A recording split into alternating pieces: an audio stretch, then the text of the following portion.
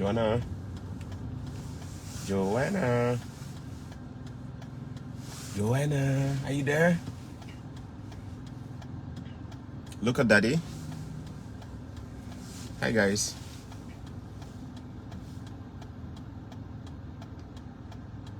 Good morning. How are you? Good morning.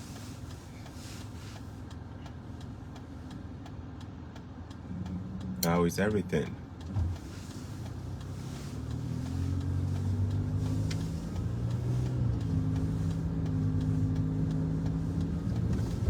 Good morning from North America.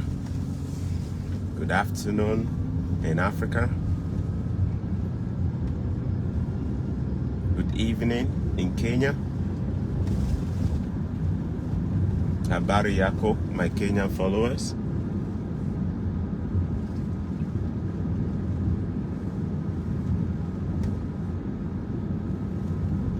Good afternoon, good evening in the Middle East and Asia. It is 9:30 in the morning in Ontario, Canada. Welcome to Choco Millionaire.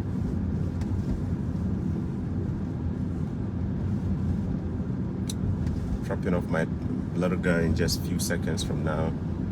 And after that, I will talk about some important things. I'm hoping to show you the prices of fuel, gas prices here. Pedestrian is crossing, so I'm telling him to cross whilst I wait on the road for him to pass. Good, he's grateful.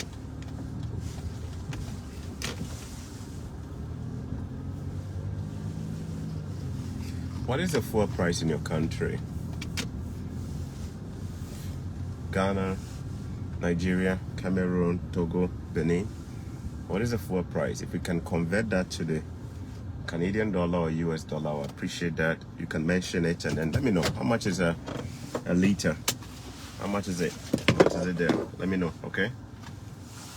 Just give me 1 second. Let me drop off my little girl, okay?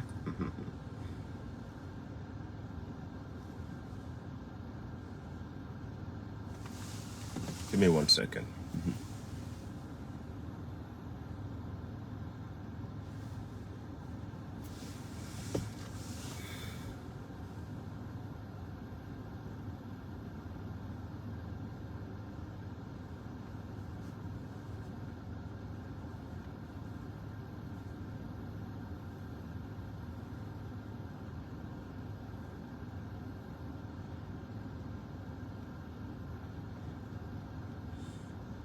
What is the price per liter in your country, wherever you are? Okay, let me know.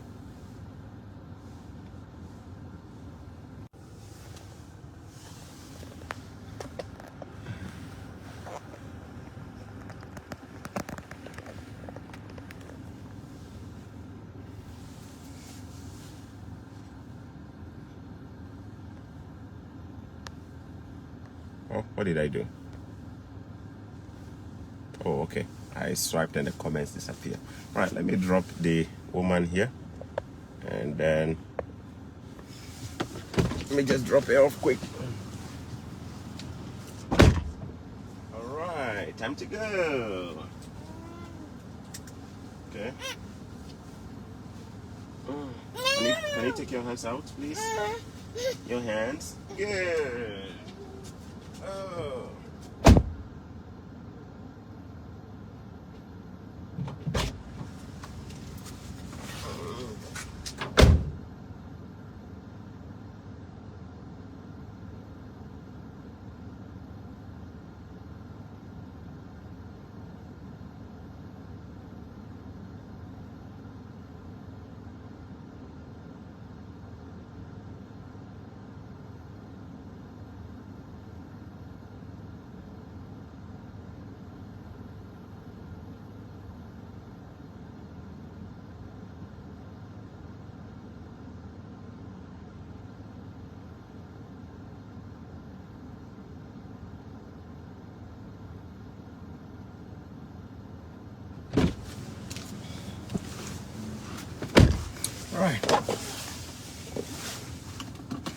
Thank you for your patience. Just dropped my little girl.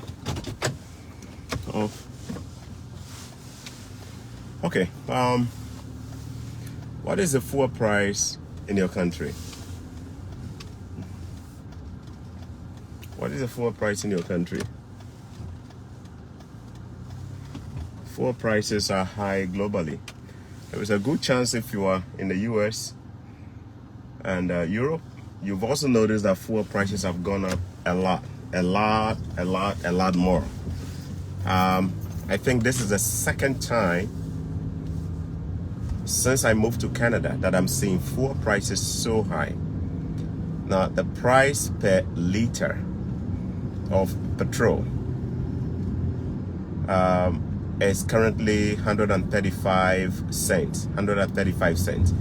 Now, that is basically $1.35, okay, per liter. $1.35 per liter. That is the price per liter in my country, $1.35. That's the average price right now as we speak. It actually went up as high as $1.47 per liter just a week ago. We're pumping it at $1.47. Wow, that is almost like $1.50 if you round it up. For just a liter, and this is Canada. It's a developed country, right? Now, if you're in the US, there is a good chance you've also noticed that prices have gone up. They announced that it was going to go down by about 10 cents, so it dropped from $1.40 something cents to $1.35 this week. That is how much we're pumping it now. I will stop by some few gas stations for you guys to see the prices. Across Europe, there is a good chance petroleum and diesel prices have all gone up. Okay, petrol products have gone up. All right. So why am I talking about petrol today? Prices have gone up globally. It's not just in Ghana. It's not just in Nigeria, I believe, and it's not just in Africa. There is a good chance wherever you are, you've noticed that prices have gone up. I am not an expert on petroleum. So I won't pretend I know all the processes that go into it, but what I do know for sure is that petrol prices are not things that are individually controlled by countries. They are not things that are controlled by individual governments. These are things that are regulated by the oil producing powers that be, all right? They determine what the prices of crude oil should be and blah, blah, blah, and blah, blah, blah. You know that things are international politics, right? And international trade too. Fuel prices have gone up crazily in Ghana too. Same here. Let me just turn my camera so we can appreciate what the prices here are.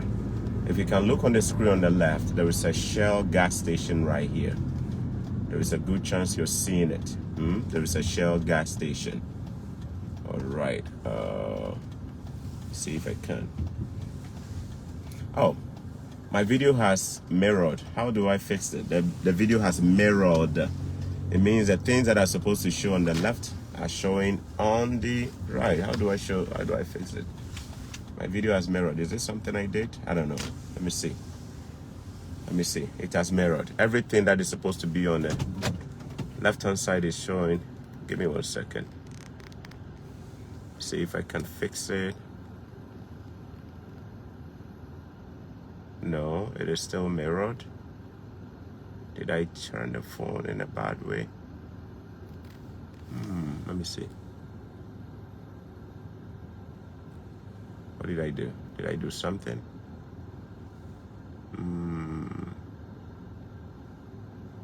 Did I do something? I'm trying to fix the mirror. Things that are supposed to be... Okay, I think it is good now. I think it is good from what I'm seeing. 140, Joe's is on my left. Okay, the car coming. I think it's good now. All right. I think I'm okay. It's all good now. I fixed it. Wow. Somebody's calling through.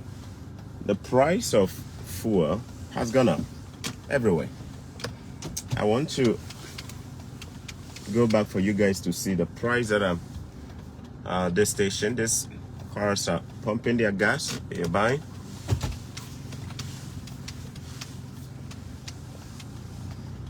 This lady is also pumping her own gas. Now, look at the price on this screen. I'm gonna go closer so you guys can see it, okay? Now, it says regular 138.9. Can you see that? Regular 138.9. That is about 139 cents per liter. 139 cents per liter. 139 cents per liter, meaning $1 and okay, now that I fixed it, how do I go back? Is everything good? Yes, everything is good. So basically that is $1. That is $1.40 there. $1.40, okay? That is the price. What is the price in your country? If I drive to the nearby ones, you're going to see the price will be around the same mark, 130 something, 130 something. Okay, 130 something simply means, you know, 100 cents is $1, right? So that would be $1 plus 39 cents. Now, what is the price in Ghana? Not all the comments are showing. So if you are putting stuff there, let me see if you can find. I have pulled over so I can be able to read the comments. Okay. It is now. It is okay now. Okay. They always blame government, everything. Funsho Jimo. Okay. Good morning, sir. Greetings from northern Nigeria. Well, I will always get good information from you. God bless you. This is from Ibrahim Aja. Let me see, guys. Let me know what the prices are. And some marketers sold for 165. Okay. Are you talking about $165? Oh, that's pretty high. That's very high. In Nigeria, it is 162. So when you say 162, you mean $1.62? Is that what you mean? Olua, Leronto. Okay. So Funsho, it is we consume subsidy petrol in Nigeria. Okay. It is about 50 cents Canadian. It is about 50 cent Canadian dollar.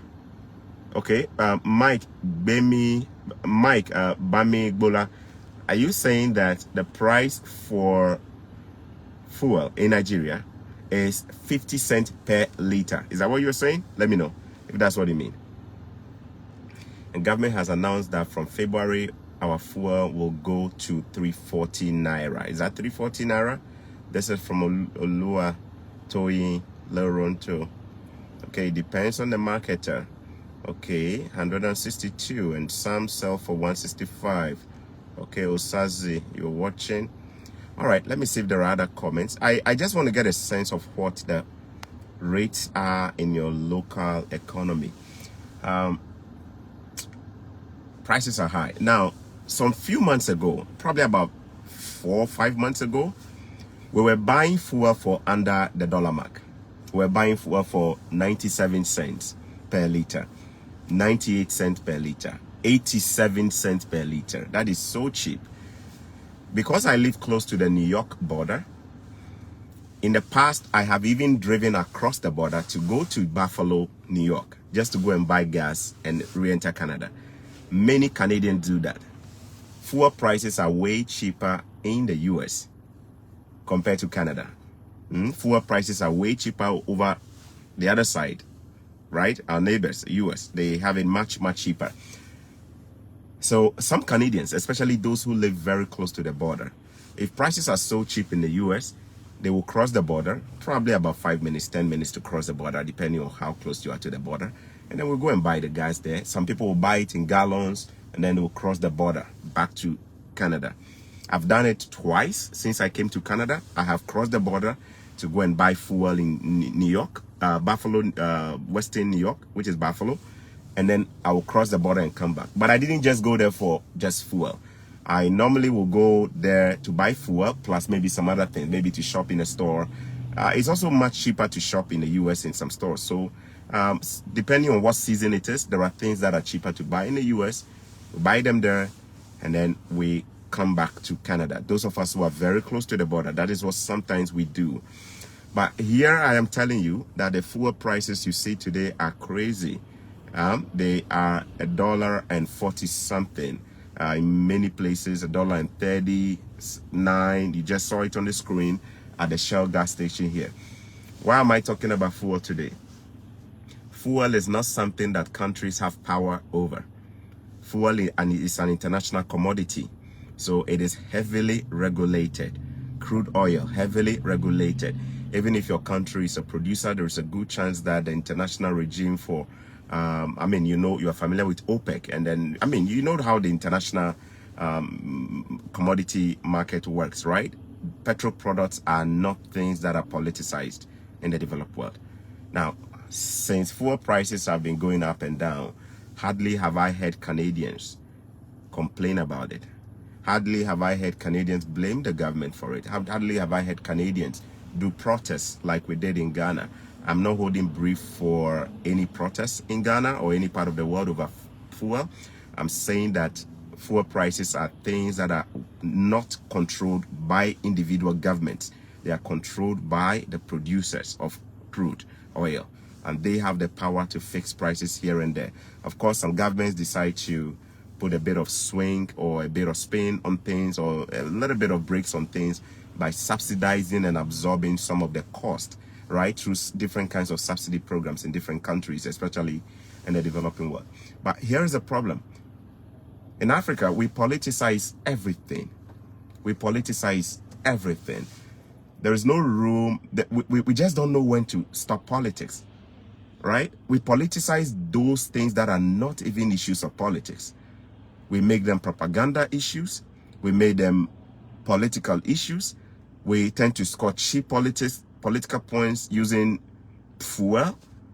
So a government will come to power, and one of the ways that it will come to power is to demonize the other party, all right? Or the incumbent party. The opposition will demonize them, that they are the ones behind fuel prices going up and down. And they'll play politics, and many people will buy into the propaganda of fuel price being manipulated by the ruling government.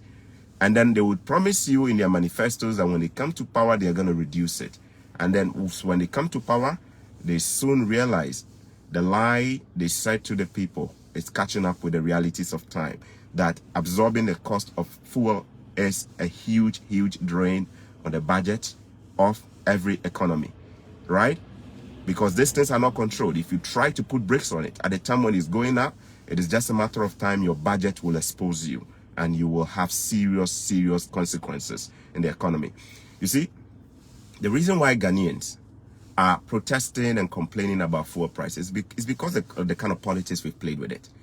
We've played all kind of stupid politics with it. Blaming this party A and party B for causing XYZ, right? I don't have a degree in petropolitics, so I won't even go into the details of it. I'm saying the propaganda of what policies we intend to make with petroleum products. That is actually what is causing the instability and the noise and the brouhaha across Africa.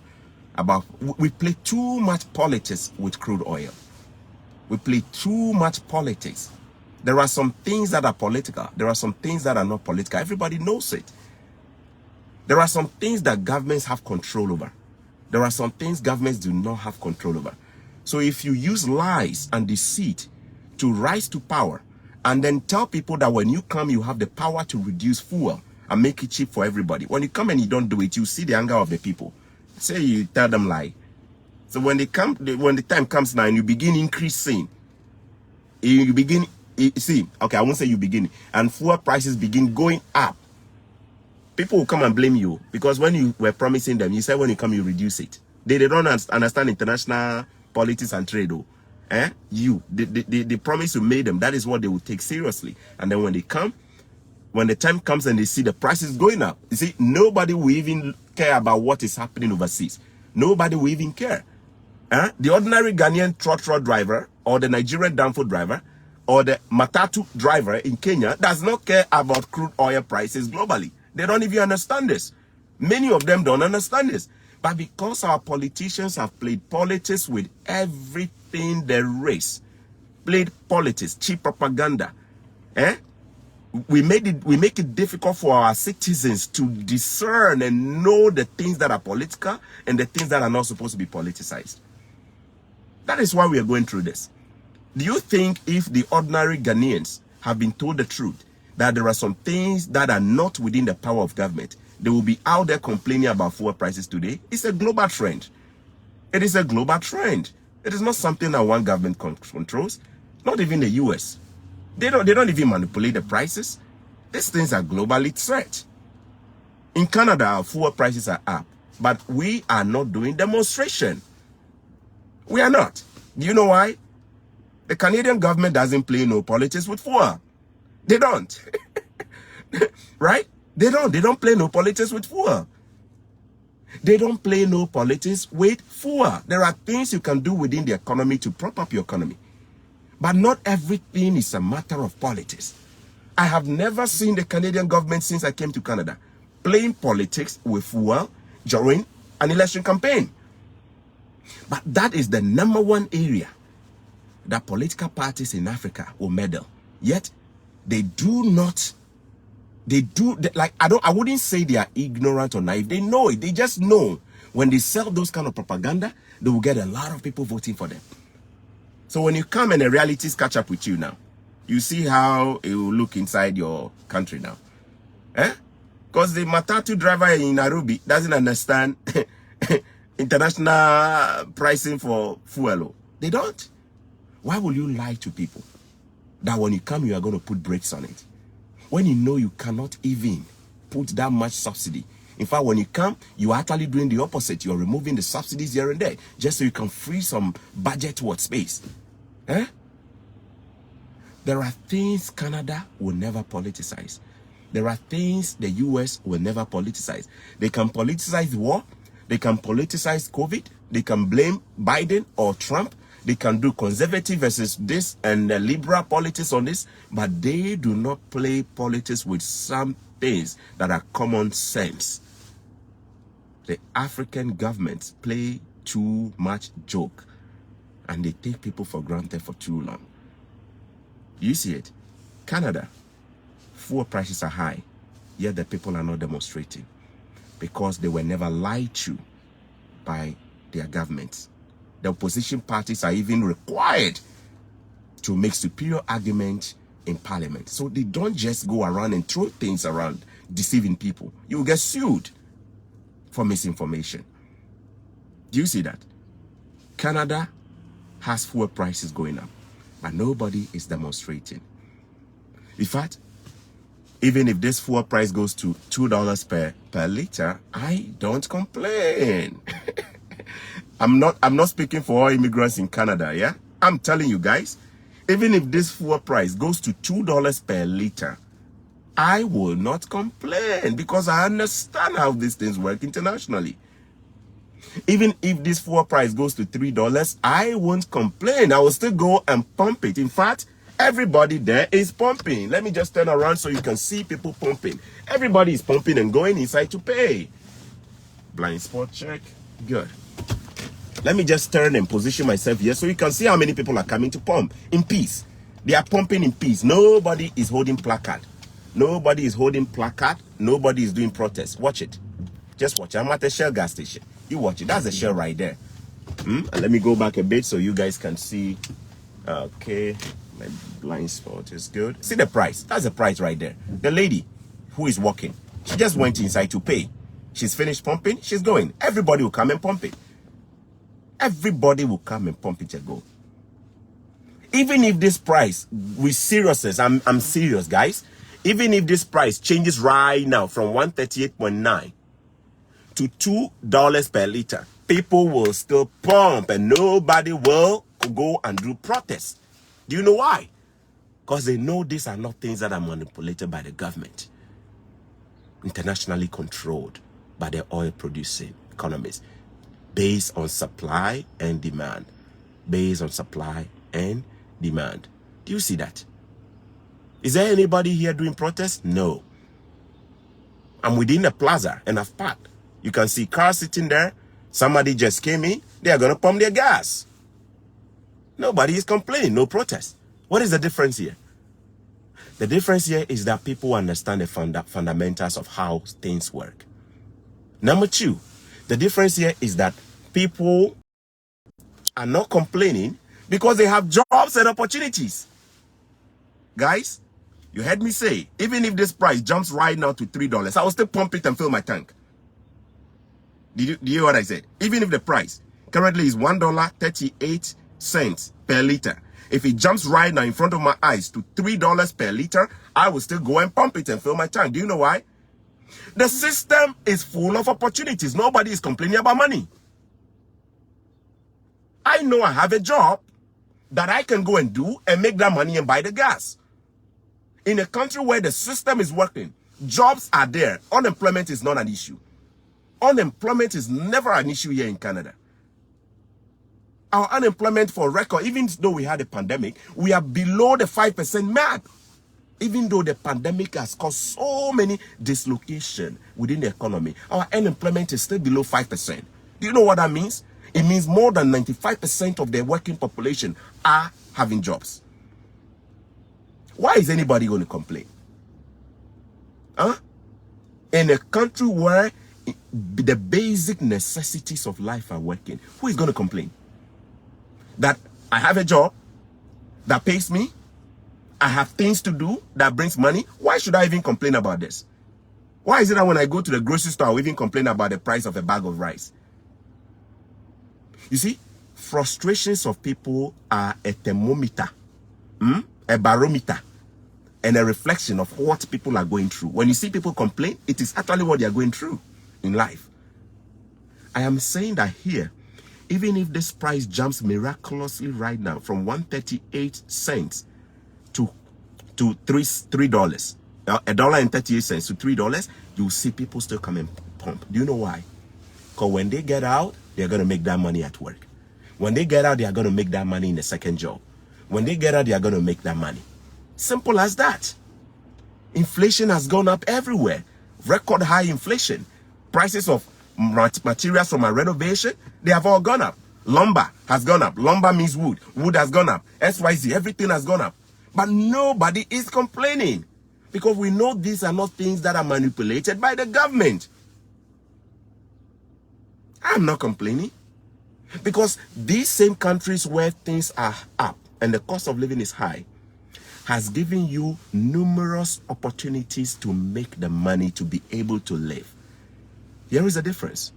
The system is working. When we say the system, the road network is there. Traffic flow is managed well. Constructions are managed well. Fixing of things that are broken are managed well. Electricity is flowing, so the small business person who is running this store, you see, this person who is here, all these people, the nail, the Western Union agent, whoever is here, they are all not complaining because electricity is there. They have electricity.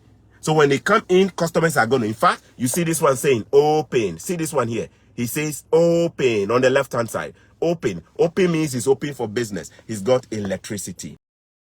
He's got electricity. When he opens the tap, water flows. Anytime he wants it, water is flowing. When he has an issue and he calls, the system is ready to fix things for him. He has customers that will show him because everybody is making the money. In a country where the cost of living goes up, hardly would you see people complain. In a country where the system works, when the cost of living goes up, hardly do you see people complain in high numbers like that. Do you know why? Because that same country where the cost of living is high presents you with an equal measure of unlimited opportunities to still make it. The difference in Africa is that we have no systems at all. We pretend to have knee-jerk things in place and we call them systems. We pretend to have a banking system, yet we don't have proper banking systems. We pretend to have educational system, yet we don't have a well-thought-out educational system. We pretend to have a transport system, yet there is nothing that is properly coordinated to manage traffic flow, to deal with this, to fix roads, to do this. Nothing is working. We pretend to have this and that, but nothing is working. So at the end of the day, The frustrations are not just from one place. They are everywhere. The person who went to the gas station and is complaining about the fuel prices he sees, whether it's super or it is whatever in Ghana, that person has already been frustrated by traffic flow. He's waited for 5 hours in traffic. And on top of that, he gets to a place where the toll booth money is going to be taken. Thank God they've taken that toll booth thing down. He's going to get to a point where the toll booth guys are still going to take money from him just to use the road. And then on top of that, wait a minute. He's in traffic for hours. He is not being able to make his money as a trotro driver or a danfo driver or a matatu driver or a taxi driver. And at the end of the day, on top of the traffic, fuel prices are up. And on top of that, he's got no other jobs. And on top of that, oh my goodness. So you see, it is a combination of so many frustrations coming together to make the African very angry. Anytime you see an African living in Africa, you see a lot of anger in them because nowhere seems to be working. It's as if everything has been choked. Nothing. That's a problem there. Nothing seems to be working. Mention the one thing in your country which is running so efficiently to the standard of global standard. When you use global benchmark, mention one thing. I don't want to sound like I'm just a pessimist complaining. I'm pointing out the realities. I said, mention one thing within your country which is working so well that we can proudly pitch it to the global standard. Mention it. Is it a road network? Is it electricity supply? Is it water supply? Is it the curriculum design at the educational level to compete with that in Singapore? Mention one thing. I want you to just mention one thing. Don't mention more than one. I want you to just mention one thing in your country, not two. Don't mention three. Just one thing which is working so well that anytime you go about enjoying it, you are so excited. Mention just one thing. Let my Ghanaians mention one thing in Ghana that is working so well, seamlessly, stressless, that you can wake up and say this thing is working so well. I understand we've made a lot of progress in the area of passport application. That is, has improved a lot. I understand we've made a lot of progress in the area of driver license acquisition. Some are still saying it's taking a long. But I want you to just mention one thing that is working so well, so that when you wake up, you are so happy about it because it matches the global standard. It will be almost hard to find one thing working well, isn't it? Electricity supply is unreliable. Water supply is another miracle on its own. It comes when it wants to, even though people have the money to pay for their water. Do you see that? You want to get to work. The road said, we cannot give you the chance to get there on time. The road is more traffic laden than vehicular flow oriented. Do you see that? You want to find a school and go to a law school and go and study. We said we don't have the space to admit people who want to go to the law schools, even though they are eligible and they are qualified. Do you see that? People want to go to school, but there is none. There are no spaces for them to get into school. Do you see that? The road networks have holes that are not caused by nature. They are not caused by snow. They have all kinds of holes on them that are not caused by snow. They are caused by the incompetence of people who are within the urban roads and highways, departments of your countries, who are sleeping and not doing their job. If I drive around today, you are going to see how actively these people are on the road. Somebody's job is to fix them. In fact, I was so impressed when I came to Canada and noticed that, look, there were times when they were ripping the road off. When I say rip, they will come and then remove all the road. And then they will start doing it. And I'll ask my friend, but this road is so good. What is the problem? Say, no. They have a maintenance culture. They have scheduled it for a certain time. When it gets to that time, whether the road is good or not, they have to remove it and redo it. I say, hey, Africa, we will wait and wait and wait until the road begins to crack, open, create holes, create squares, create rectangles, create shapes, create triangles, create shapes, create rhombus, create shape, create trapezium, create all kinds of shape, parallelogram, all kinds of shape, and eventually creates a big hole like a barrel called manhole. And then people will just come, boom, boom, jump into it like horses, just moving like that.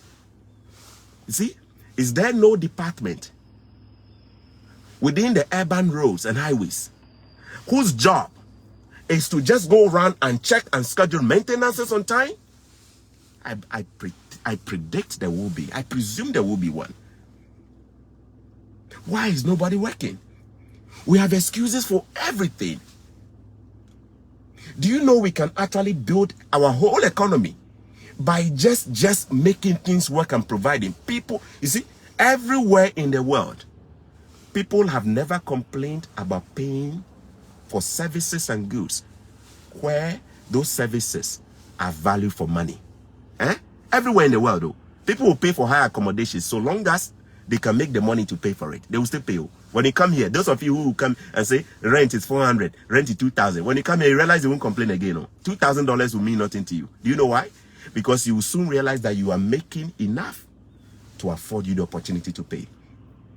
The problem has never been about paying for the services and goods. The problem has been that we never give people the value for what they are paying for.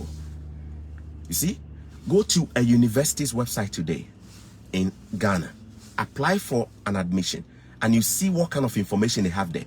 No support system, no customer support service in place, no, they will put scanty information there. When you're looking for things you struggle, the website is just dead and dry, nothing, and yet they will charge you the money to apply. Yet when you go to somewhere, when you message them, they will respond. When you call them on the phone, they have a customer support to help you as you're applying for your school. Even when you don't get it, some of them will even refund your school fees to you. Just see the beauty of how these two different worlds are. I'm not saying this because I've ever been a president or a member of parliament. It's called wisdom. Wisdom says, go to the ant, thou sluggard. Go to the ant, thou sluggard and lazy man. Watch the ways of the ant and see what he's doing. Learn from it. Observe and learn from it. There is a way the ant goes about its business. The ant makes hay whilst the sun shines. And they are always about their business of working. So they never run out of food when the vagaries of the weather descends on them. We have been told to go to the ant, which is not the most powerful of animals. We are told to go to the ant, the most vulnerable of animals, and learn the ways of the wise ant, so we can apply it to our own lives. The ants of this world are there. They are called the superpowers. The ants of this world are there. They are called the developed countries. I am putting this to you before my God. I'm not calling God there. I shouldn't even bring God in. I am telling you this with all sincerity. No African country has the intention of going to the ant to observe the ways of the ant, to learn from it. They have no interest at all. Let me prove you one. Ghana just launched a national identification system to produce ID cards that will serve as a database for all people. Isn't it a noble idea? We need to clap for Ghana. After almost 60-something years, finally, we've decided to have our people in a database. Nationals and non-nationals in a database, so that we can link the data that we have on people to other sectors of the economy to connect things and make things easy to have information of people. Isn't this noble? It is. Isn't this wise? It is. Even though it's too late, better late than never, right? It's too late, but it's not bad. At least we are starting right. But let me ask you a question. You, Ghana, you are not developed. You are about to do something that can change the entire future of the country of Ghana for the next decades. Can I ask Ghana a question if Ghana was a human being? If Ghana was a human being, I won't make it about politics and talk about MPP, NDC, CPP, chloroquine. I won't. Let me ask this question. If Ghana was a human being that was about to embark on a national identification system, isn't it wise to assume that there are countries that have some of the best ID systems in the world that are proven to have worked and works efficiently? Isn't it possible that we can actually go and send our consulting team to go to these countries, study the best ID systems in the world, and see how we can build something which will even be better than what they've built? Isn't this possible? It is possible, right? All we need is to send our consulting team there to go and learn the ways of the wise and come back and deploy it, isn't it? Now, guys, those of you who live in Ghana, I want you to help me here. Which country did we use as a standard for our ID system? Which country? Let me know. Which country? Which country do you think we consulted with in order to build an ID system which will be one of the best in the world? Since we are putting several millions of Ghana cedis into it. Which country? Can somebody let me know in the comment section? Which country? Do you see how we make our decisions? Do you see how we make our decisions? Do you see how we make our decisions?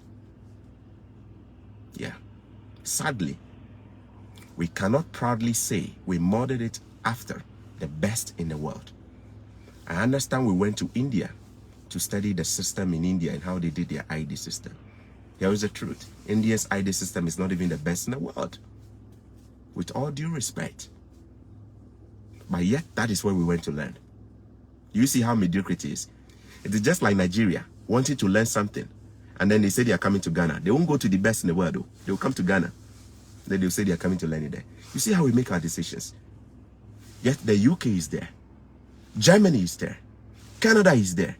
These are countries that have built ID systems that are linked to almost every aspect of a human being's life. In fact, they don't just even have an ID.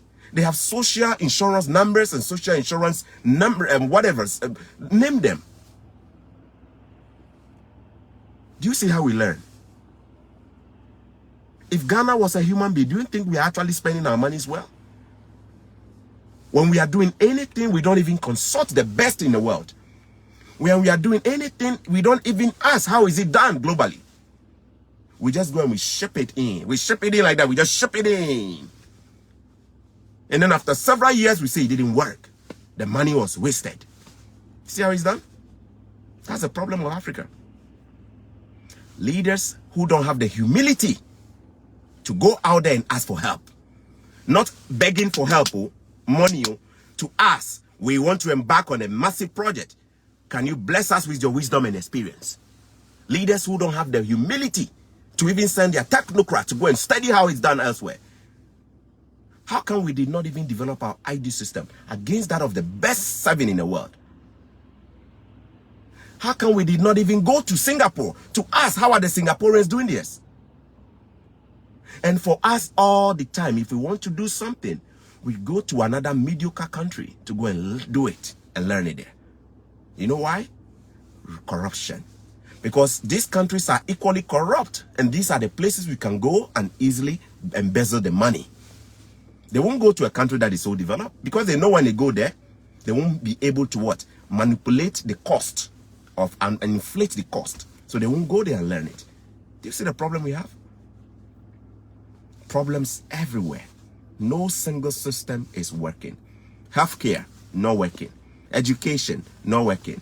Security system, just got a little bit of hope in Ghana. I don't know about Nigeria. Nigerian Police Force. And is it NPF or NFP? How is it doing? How is the Nigerian Police Force doing? How is it doing? When you look at your country, do you see a lot of hope? When you look at the direction your country is heading, do you see a lot of hope? Leadership must inspire action that is decisive. Leadership must inspire action that is built on legacy. Leadership must inspire and take actions that goes beyond political points. Actions that will be remembered for the rest of our lives. We don't. We play politics with everything. Propaganda with education. Propaganda with this. Propaganda means things that are meant to just provide short-term hope that is false and not really lasting hope and solution. Knee-jerk approaches. Knee-jerk means quick temporal fix. Bandage it. Bandage the wound. Don't even heal the wound. Just put bandage on it. The people will be happy. Another 4 years, you go and put another bandage on it. The people will be happy. Another 4 years, go and put another bandage. Don't fix the road properly. Another 4 years, just go and put coat tile on it and style it. They are going to vote for you again. You see, that is our problem. Knee-jerk. Nobody really cares about the soul of the continent. Everybody cares about what they can get out of the continent. I am telling you today, we have fuel prices going up, yet Canadians are not demonstrating. We have the same fuel prices going up in Ghana, yet people are demonstrating. You heard about the situation in Ghana, that downfall drivers, as you call it in Nigeria, we call it trotro. Taxi drivers and trotro drivers put their tools down and their cars down. They decided not to drive, so they went on protest. It was a beautiful day in Ghana, sad day as well, because you see people who would have normally gotten on buses to work having to walk. Have you seen the news? If you are not in Ghana, have you seen that news? That people were trekking to get to work because there are no transport vehicles, because the drivers are complaining of all kinds of things, including what I'm talking about today. Frustrations become serious when they hit you from everywhere in life. You see, when you have problems finding job, you have problem going to the bank to even open an account and deposit money and get money from the ATM. You have security problem. You are going to withdraw the little money at the bank and somebody comes to attack you because of security issues. And then you have problem setting up a business that is too expensive even to set up a small business. So everybody will prefer to have an illegal business because the cost of starting a new business is too expensive with all kind of crazy charges. The cost of doing business is too expensive. Do you see that? If you can actually look at all these frustrations from the different aspects of our economy, then on top of that, when you come back home too, our wives and our husbands probably could be another source of a problem that we may have in our marriages. Our children may be another source of frustration. All of this, when a man goes through this, all of this, when a man goes through frustrations from all spheres of life, work, everywhere, you see them walking around with a lot of anger. You see crime rates going up. Crime rates going up because people will find a way to release the frustration on others by beating them up, by fighting them up, by stealing from them, by doing this. Isn't this beautiful? Fuel prices are up. Everybody is pumping. Do you see it? These countries you see here, they are built on discipline and responsibility. Discipline and responsibility. Systems are built to be very impersonal. No propaganda. You see? They build discipline everywhere. The first time I came to Canada and I was driving and we got to a gas station, I was expecting them to pump the gas for me. You know how we do it in Africa? You go to the filling station, you stay in your car, and then somebody comes and open your fuel gate, your fuel door, and then they pump for you. You sit in the car and the person pumps for you. They serve you. I came here and I realized that nonsense doesn't apply here. Over 90% of filling stations, you pump your own fuel. In other words, nobody is employed by Shell to stand here to be putting the pump inside your car for you, to fill it for you. You come and you pump your own thing. Wow. When I saw it, I'm like, are you kidding me? In Ghana, we'll be playing big man. We'll be playing big. In Nigeria, you'll be playing big man. You sit in the car. Oh yeah, put fuel. Put fuel. Oh, patch of fuel need to mommy. Why? Fail the mommy. Why? You see? These people have built discipline in their system to the point that at the gas station, nobody pumps your gas for you. You pump your own gas. Look at the lady there. I don't know if you can see far away. Can I zoom? Oh my goodness. Look at the lady there. That's a woman. She's filling her own gas. Can you see that? You watch it and see. Another car came in. When they come, everybody will go and fill their own tank. She's finished. She's putting it back in. Okay? And then if she has to pay with the card, she can pay at the machine without going inside. This man has finished. This old man you are seeing, he has finished. He's going inside to go and pay. The lady, you can either pay at the machine Or okay, there is an ATM point there where you can pay, or if you can't pay at the machine, you can actually, let me see if I can zoom it well to this side. You see that part there. Let me see if I can zoom it. Oh my goodness, I'm loving this one. You see, I'm loving this phone. Oh my goodness, it zooms well. Let me see if I can zoom it better. Okay, it can't go anymore. You see this part here before the right hand side where the fuel pump is, there's an ATM machine there. You can on the screen pay with your card without even having to go inside. The woman is pumping. When she's done, she will either decide to pay at the pump by herself, or she'll go inside and swipe her card and pay and go away. Look at the difference here. Look at the difference here. But in Africa, we don't do it like this. We will sit in a car and allow somebody to come and put the fuel inside for us. Oh my goodness. Would you believe if I tell you that when you come to restaurants here, when you finish eating, you carry your own plate and take it away? Oh my goodness. Let me say this again. Oh my goodness. Guys, would you believe that when you come here and you go to a restaurant and you eat, when you finish, you must carry your own plate too. You carry your own plate and go and put it to the whatever. You carry your own plate too. You must carry and empty your plate after you eat. You must carry it. And on top of that, after you carry and finish, the server who served you, you must tip the server. Even after you are the one who carry your own plate, you must tip the person. Oh my goodness. Oh my goodness. Did you hear that? Me, I went to a restaurant, paid money to eat jollof rice. After I eat, I don't just sit and call waitress. Maybe Rabefa. Waitress, I don't finish. I can't carry and go with attitude. No, I must carry that empty plate with my hand. Go and put it in the.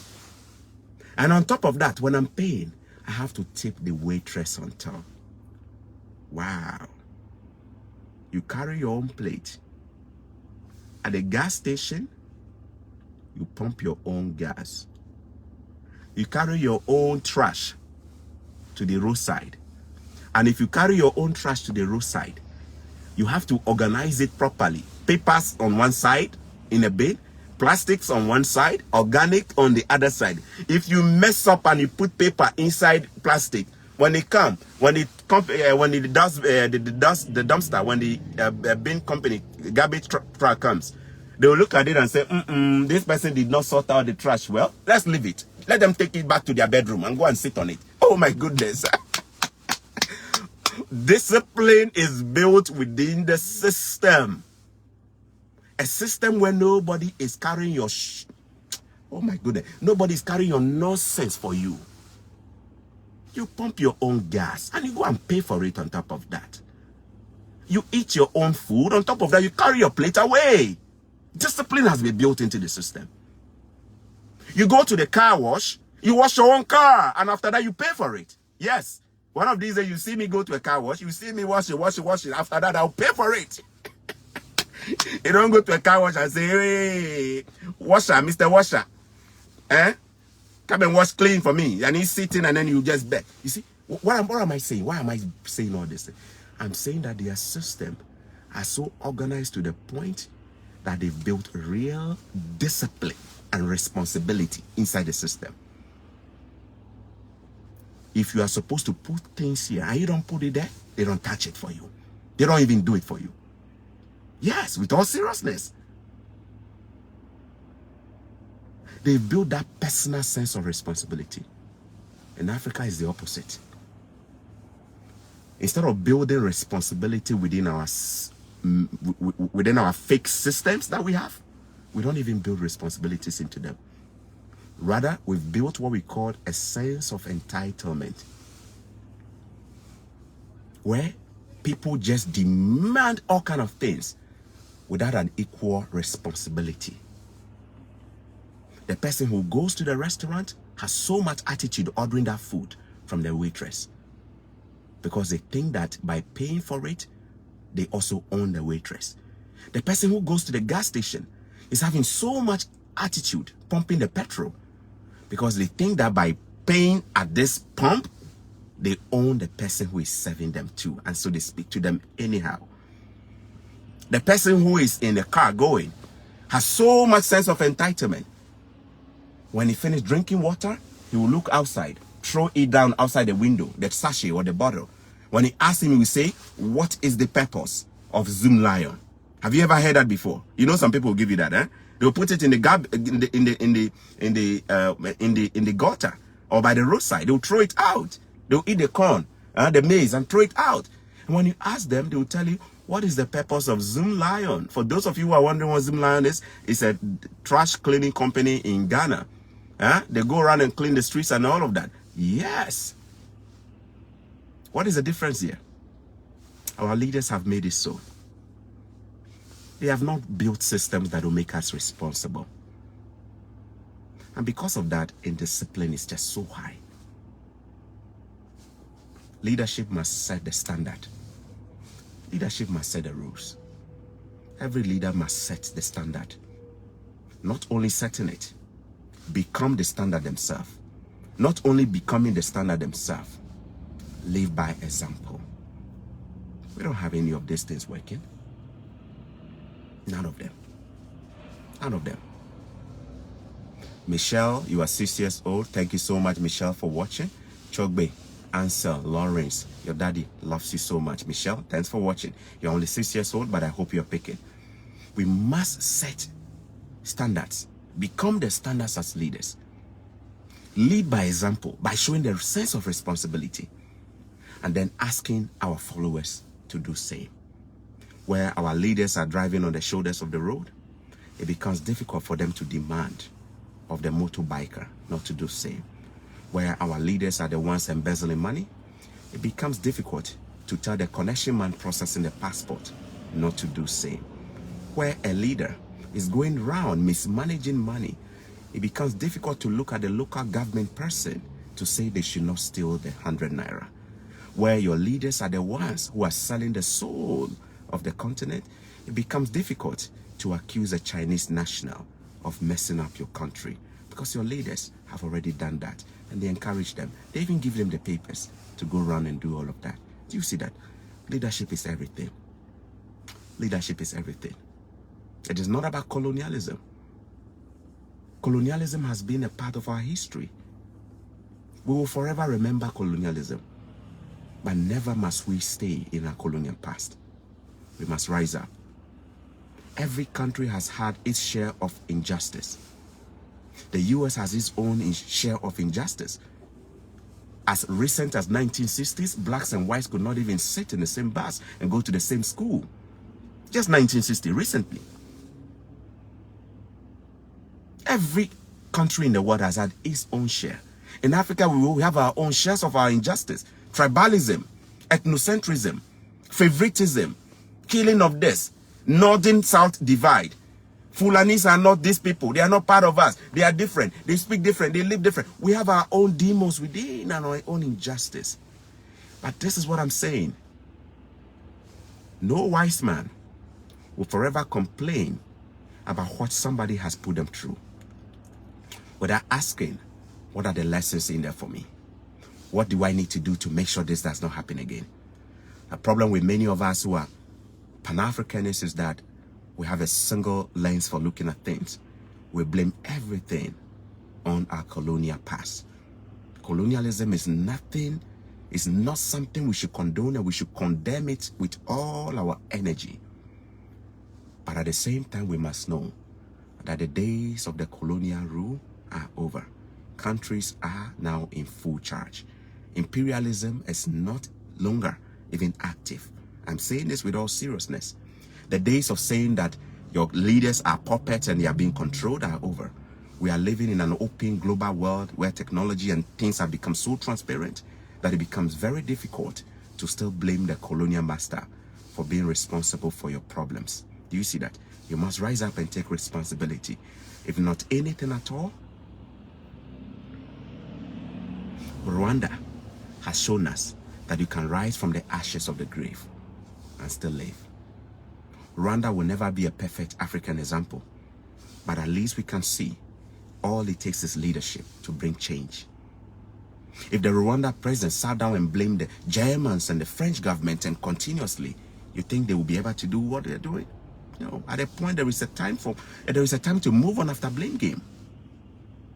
There is a time to take responsibility and know that the people have trusted you with power to bring change.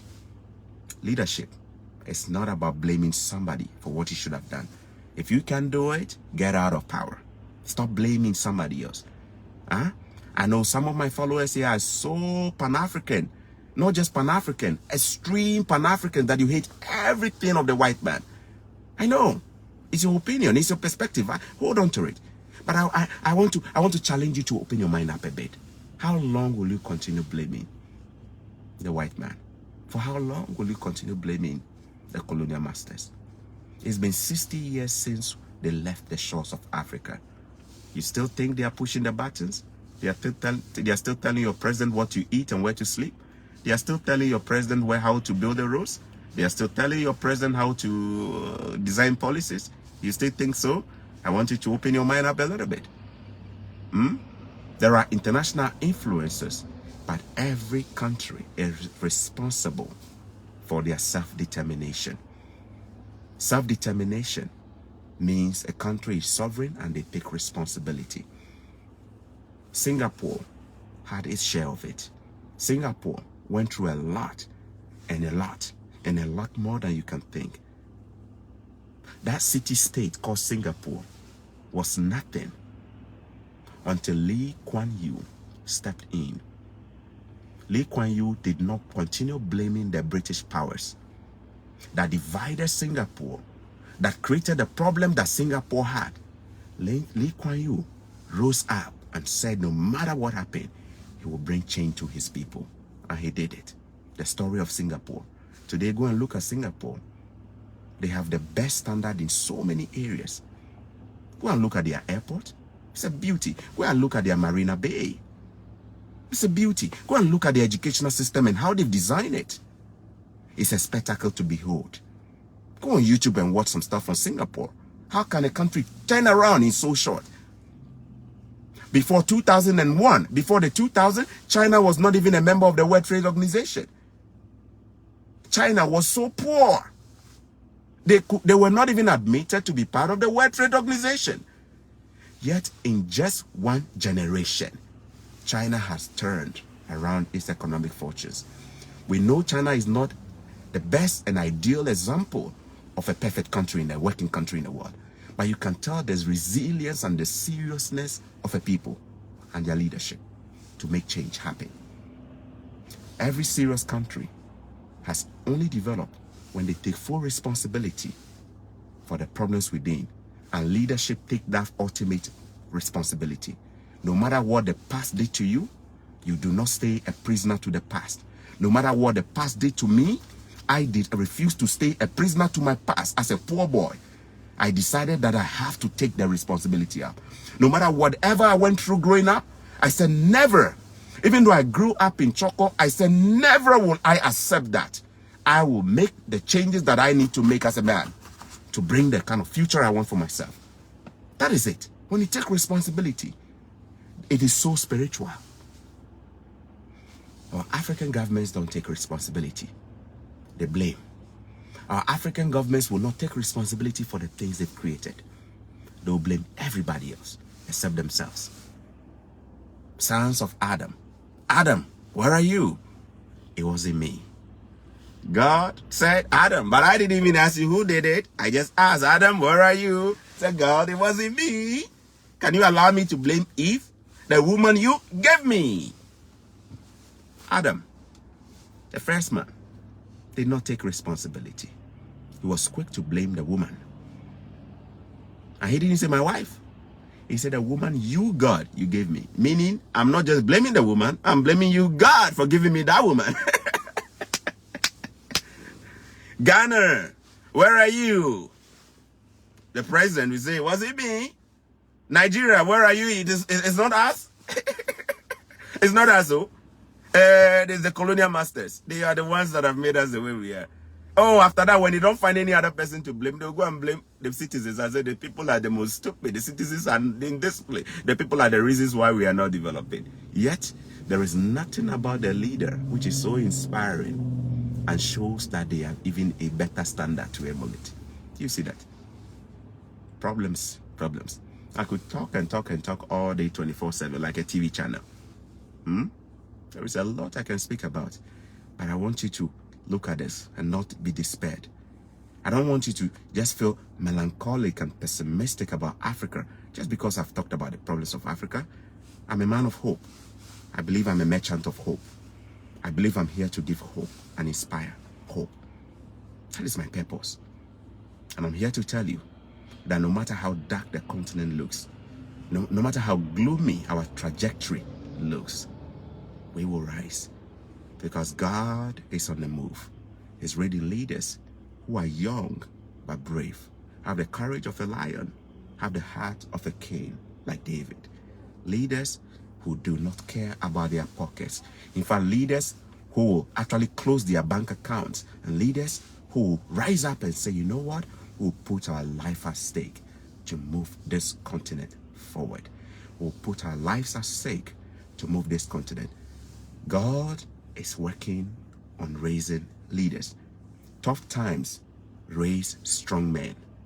Tough times raise strong men. Difficult times will often raise strong men. And God will raise leaders across Africa.